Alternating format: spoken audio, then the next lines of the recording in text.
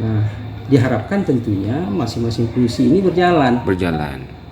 Perangkat desa sebagai pelaksana kegiatan, bendahara sebagai penata usaha, pencatat, menyimpan, mengeluarkan, dan tanggung jawab muaranya ada di kepala desa, tentunya dibantu oleh sekretaris desa memverifikasi. Nah, sebenarnya kalau ini berjalan, ini mudah-mudahan tidak akan terjadi persoalan. Ya, artinya mereka menyadari tupoksi mereka masing-masing.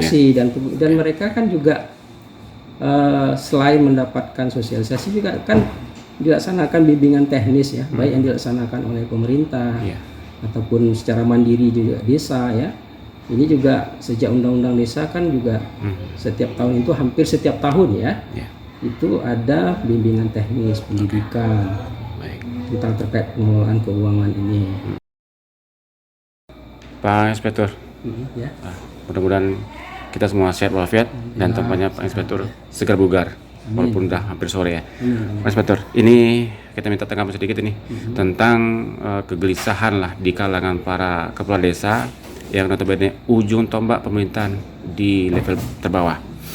Kegelisahan tersebut adalah soal pelaporan keuangan di desa, terkhusus ini terkait dengan kemarin ada diperiksa banyak kepala desa ketahanan pangan.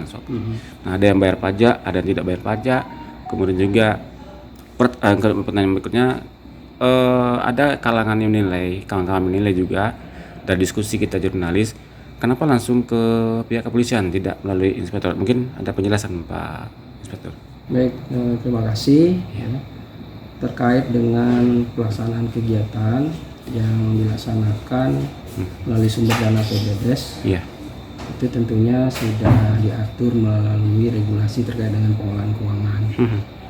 Pengelolaan keuangan desa ini diatur melalui Permendagri 20 tahun 2018 tentang keuangan desa yang diturunkan dalam beberapa peraturan bupati, termasuk juga terkait dengan pengadaan barang dan jasa di desa, kemudian juga standarisasi harga barang di desa, kemudian juga pengaturan terkait dengan pemungutan pajak ini juga sudah diatur di dalam regulasi.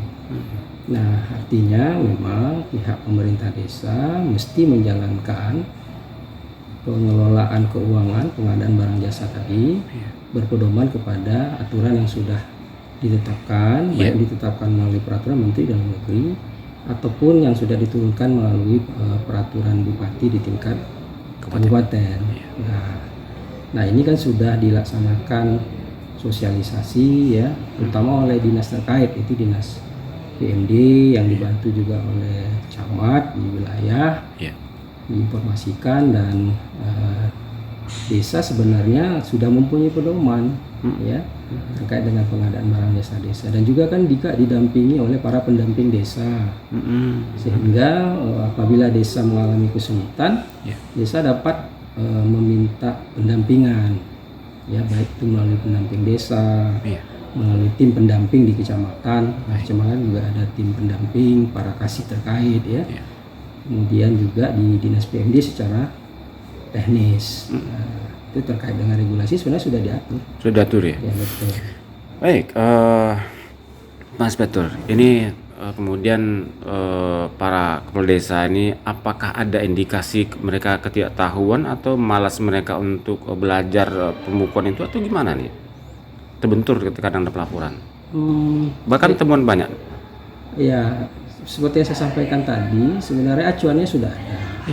Tinggal lagi para pelaksana pengelola keuangan, baik itu pelaksana kegiatannya, ya, pelaksana kegiatan itu dapat dilaksanakan oleh perangkat desa ya, apakah itu kepala seksi, kepala urusan, ataupun kepala dusun, atau tim pelaksana kegiatan yang ada di desa, itu mempedomani regulasi yang sudah diatur tadi, ya, mulai daripada perencanaan pengadaan barang jasa sampai pelaporan itu sudah diatur sebenarnya.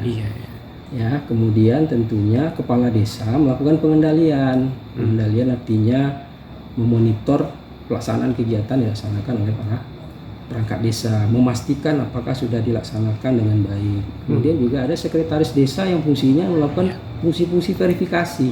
Sebelum kepala desa menyetujui pembayaran ya terhadap pelaksanaan kegiatan, dokumen kan mesti diverifikasi oleh sekretaris desa. Ya. Nah, apabila ini berjalan sebenarnya ya tidak akan terjadi persoalan ya. Berbagai kasus di desa, Pak Inspektor. Ketika kepala desa mempercayakan aparaturnya untuk mengelola keuangan, misalnya bendahara megang uang, ternyata juga ada kekeliruan. Ketika kegiatan-kegiatan dipercayakan kepada anggotanya, juga terjadi kekurangan, bahkan anggaran itu lari dari konteks peruntukannya. Wali mengambil inisiatif megang anggaran atau kegiatan. Nah, ini gimana nih?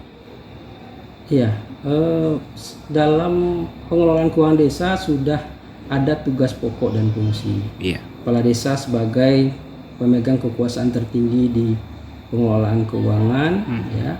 Kemudian ada fungsi-fungsi verifikasi oleh sekretaris desa dan ada fungsi pelaksana kegiatan yang dilaksanakan oleh perangkat desa, kemudian perangkat desa dan TPK ya, sekretaris desa. Dan ada fungsi penata usahaan. Penata usahaan pengelolaan keuangan itu ada fungsinya di bendahara, mencatat ya, menyimpan uang, kemudian mengeluarkan uang sesuai dengan kebutuhan pelaksana kegiatan. Nah, diharapkan tentunya masing-masing fungsi ini berjalan. Perangkat desa sebagai pelaksana kegiatan, bendahara sebagai penata usaha, pencatat, menyimpan, mengeluarkan. Dan tanggung jawab muaranya ada di kepala desa, tentunya dibantu oleh sekretaris desa memverifikasi. Nah, sebenarnya kalau ini berjalan, ini mudah-mudahan tidak akan terjadi persoalan. Ya, artinya mereka menyadari tupoksi mereka masing-masing. Tupoksi dan mereka kan juga selain mendapatkan sosialisasi juga kan dilaksanakan bimbingan teknis ya, baik yang dilaksanakan oleh pemerintah ataupun secara mandiri juga desa ya. Ini juga sejak undang-undang desa kan juga setiap tahun itu hampir setiap tahun ya, itu ada bimbingan teknis pendidikan tentang terkait pengelolaan keuangan ini. Sekarang misalnya dilaksanakan oleh BKAD, Badan Kerjasama Antar Desa memanfaatkan dana desa atau ADD misalnya. Ini sebenarnya tinggal implementasi daripada kegiatan itu dengan baik sesuai regulasi. Pak Inspektor. Ya, ini kasus keterangan pangan kemarin ini kan agak redup tapi masih panas sebenarnya ini. Pemeriksaan oleh pihak kepolisian. Banyak desa yang memang mencret atas pemeriksaan tersebut dan mereka juga memang ada mereka belikan ternak dan mereka bayar pajak. Ternyata tidak mesti harus ada pajak ternyata. Nah, pertanyaannya, apakah ada koordinasi pihak kepolisian dengan pemerintah daerah Kampar, khususnya inspektorat yang membina mereka ini? Nah, gimana? Ada koordinasi? Oh ya, terkait dengan ketahanan pangan ini, ini memang kan prosesnya ada di kepolisian, ya. Jadi kita memang mendapatkan pemberitahuan terkait adanya proses ini.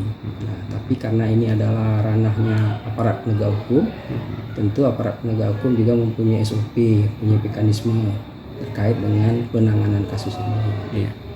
Nah, jadi memang ada pemberitahuan, tetapi ranah selanjutnya tentu menjadi ranahnya domainnya pihak kepolisian dalam katakanlah menindaklanjuti kasus ini. Iya, apakah nanti ada pemberitahuan selanjutan misalnya kasus ini di SP3 atau gimana biasanya? Ya, tentu berdasarkan hasil pemeriksaan ya, bukti-bukti yang ditemukan misalnya, nah tentu nanti kita menunggu hasil yang dihasilkan dari proses baik itu penyelidikan ya dan proses yang sedang berjalan. Jadi kita sifatnya pemerintah daerah menunggu terkait kerja daripada ataupun hal-hal yang sedang dilaksanakan oleh pihak kepolisian. Iya, sepengetahuan Pak Inspektor tidak ada tekanan terpolitik nih ya pemeriksaan kasus kades. Iya, itu kan ranahnya kepolisian ya. Ranah kepolisian. Jelas mereka punya SOP lah. Iya, terima kasih Pak.